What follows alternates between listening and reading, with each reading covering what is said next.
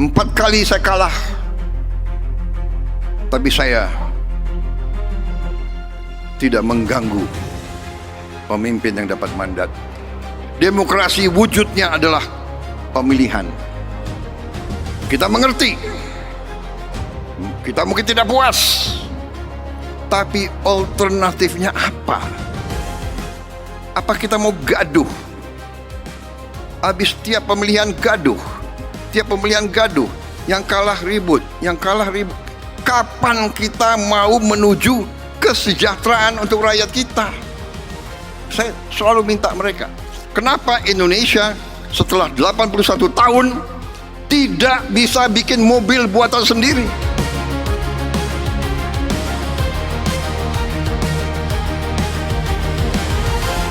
Kenapa setelah di 81 tahun merdeka, kita belum bisa bikin mobil sendiri? Boom! Kalimat telak ini langsung dilontarkan Presiden Prabowo Subianto di depan ratusan akademisi dan rektor dari seluruh Indonesia. Pertanyaan simpel, tapi langsung menusuk ke jantung masalah bangsa kita. Bukankah itu kewajiban kita sebagai anak bangsa, sebagai pemimpin, sebagai orang terpintar di negara ini? Bukankah itu segala kepintaran kita harus kita abdikan untuk rakyat kita yang paling miskin dan paling lemah? Bukankah itu?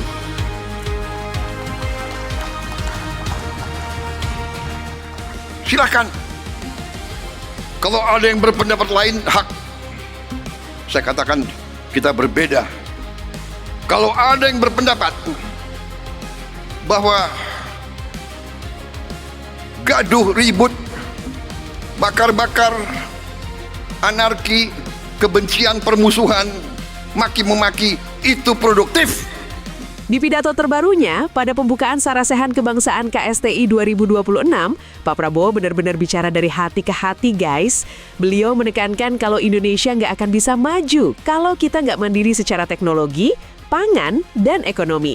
Dan kuncinya ada di tangan para ilmuwan dan kampus-kampus kita. Tapi ada satu momen yang bikin suasana langsung hening sekaligus kagum. Dengan santai tapi mendalam, Pak Prabowo sempat curhat kalau beliau pernah kalah pemilu sampai 4 kali. Bayangin, kalah 4 kali. Tapi taunya, gak sekalipun beliau bikin rusuh atau ngeganggu jalannya pemerintahan dari lawan politik yang menang. Justru di sini beliau ngasih sentilan keras yang ngena banget buat kita semua. Habis pemilihan gaduh, ribut, pembakaran, anarki. Kapan kita mau sejahtera kalau rusuh terus? Jelek banget kan? Beliau ngingetin kalau energi kita habis buat berantem terus tiap pemilu kelar. Kapan kita punya waktu buat riset, bikin mobil nasional atau swasembada pangan? Pidato kali ini benar-benar beda. Penuh emosi, kritik otentik sekaligus visi besar yang bikin kita sadar arah bangsa ini mau dibawa kemana. Gak usah lama-lama lagi. Yuk langsung kita simak pidato selengkapnya dari Presiden Prabowo Subianto berikut ini. Saudara-saudara sekalian, saya di hadapan saudara-saudara, saya ingin menyampaikan beberapa peranggapan saya.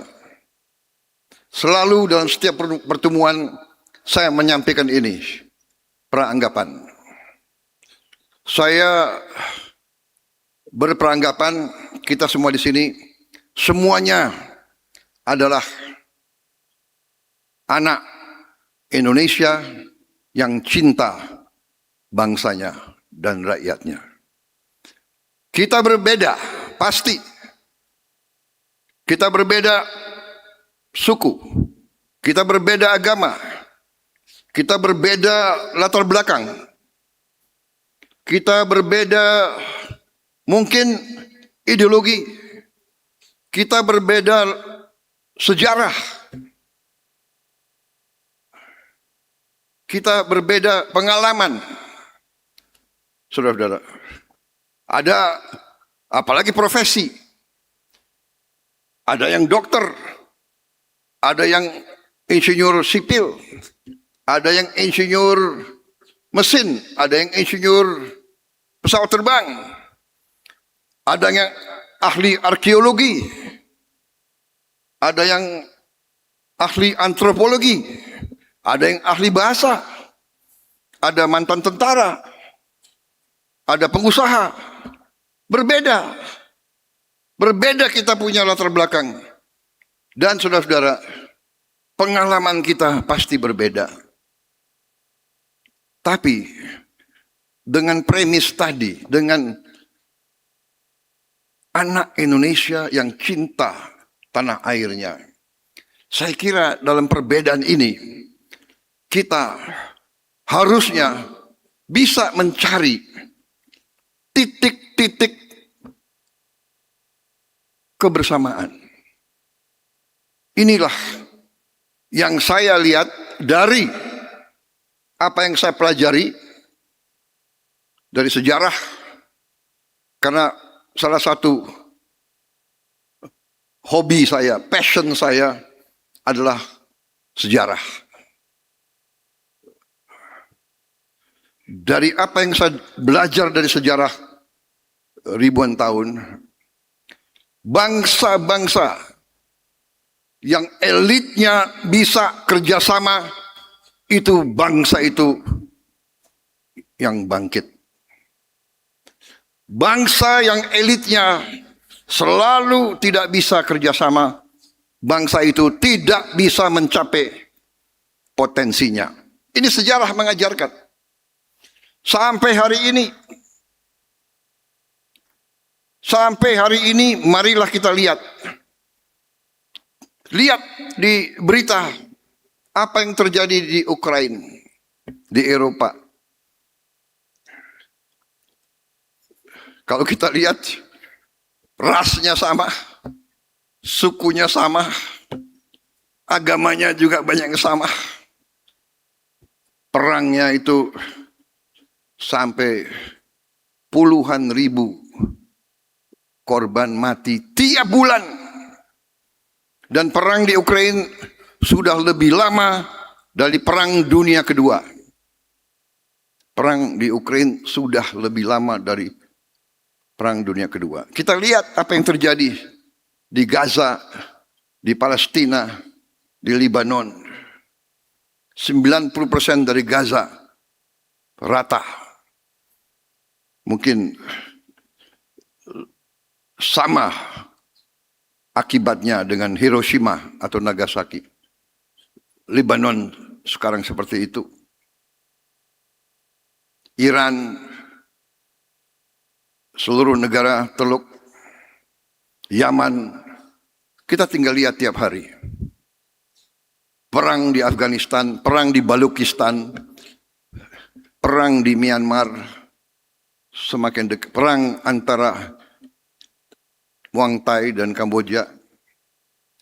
Saudara-saudara, di tengah ini semua, kuncinya adalah antara lain elit yang tidak bisa kerjasama. Jadi saudara-saudara, bernegara, saya kira kita perlu untuk renungkan masalah bernegara. Saya kira saudara-saudara, ini adalah kata-kata pembukaan saya. Saya selalu berusaha dengan persuasi.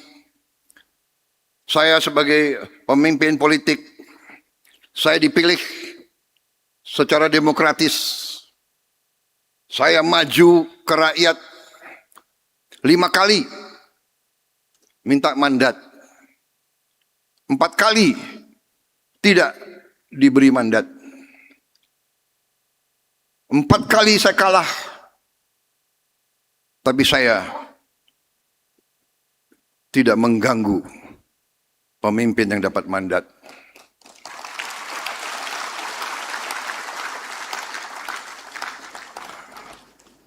Terima kasih.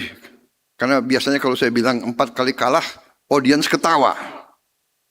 Ini orang Indonesia itu, kalah itu sedih sebetulnya. Tapi karena saya sadar, saya mengerti alternatifnya apa. Karena kita sudah sepakat, bangsa Indonesia sudah sepakat, kita ingin hidup sebagai negara di mana kedaulatan rakyat yang berkuasa. Jadi kedaulatan rakyat wujudnya adalah demokrasi, demokrasi wujudnya adalah pemilihan. Kita mengerti, kita mungkin tidak puas, tapi alternatifnya apa? Apa kita mau gaduh? Habis tiap pemilihan gaduh, yang kalah ribut, Kapan kita mau menuju kesejahteraan untuk rakyat kita?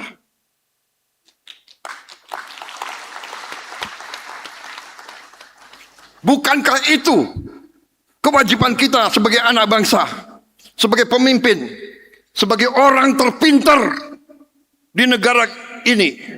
Bukankah itu segala kepintaran kita harus kita abdikan untuk rakyat kita yang paling miskin dan paling lemah? Bukankah itu?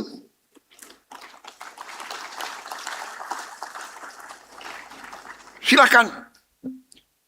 Kalau ada yang berpendapat lain, hak. Saya katakan kita berbeda. Kalau ada yang berpendapat bahwa gaduh, ribut, bakar-bakar, anarki, kebencian, permusuhan, maki-memaki, itu produktif. Sementara negara lain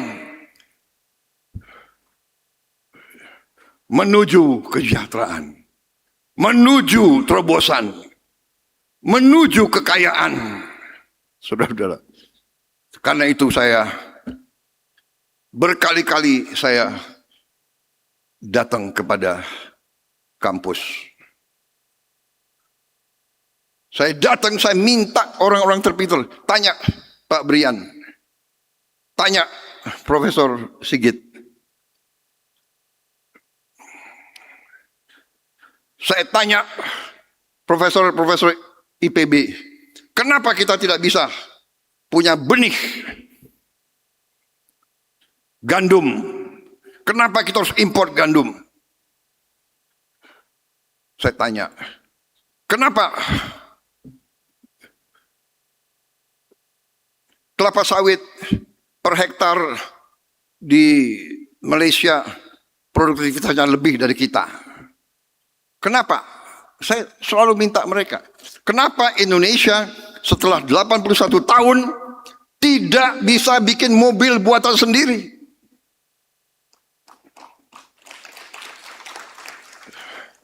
Saya berdiri di depan saudara-saudara, kalian yang PhD, kenapa kita tidak punya? Kita beli motor 10 juta motor tiap tahun. Kenapa tidak ada pabrik buatan Indonesia?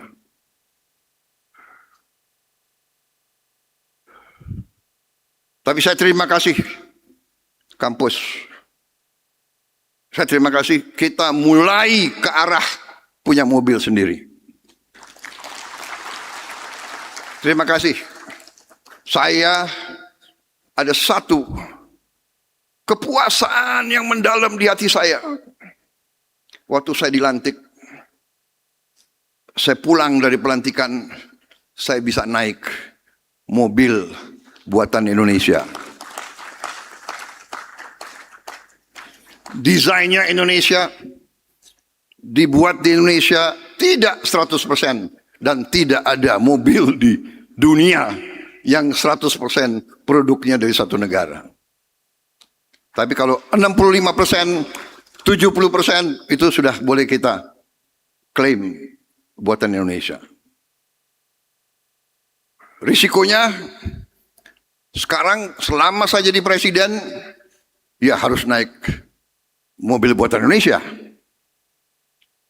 Waktu bulan-bulan pertama ya lumayan, kecuali kalau hujan keras.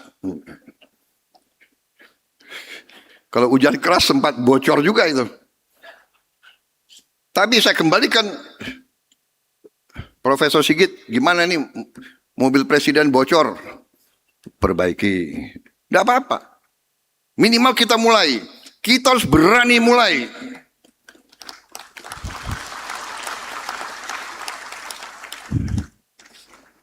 Kita adalah negara keempat terbesar di dunia. Kita adalah negara yang kekayaannya luar biasa. Jadi saudara, ini sebagai pembukaan. Nanti intinya belum. Jadi wartawan dengan segala hormat. Wartawan sudah keluar ya? Waduh. Oh, masih ada? Para media, saya hari ini mau bicara dari hati ke hati. Kepada guru-guru besar. Saudara-saudara.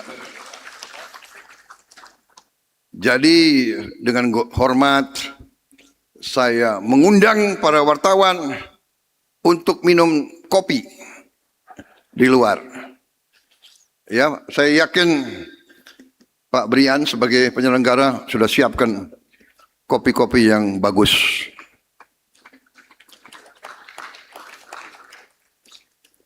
Karena di sini, saudara-saudara, saya mau bicara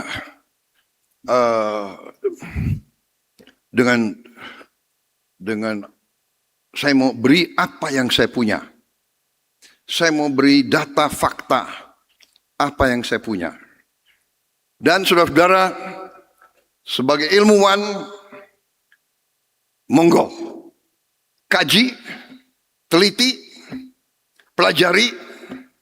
Kalau data-data fakta-fakta itu secara saintifik saudara sudah nilai, saudara anggap relevan, silakan saudara ambil kesimpulan.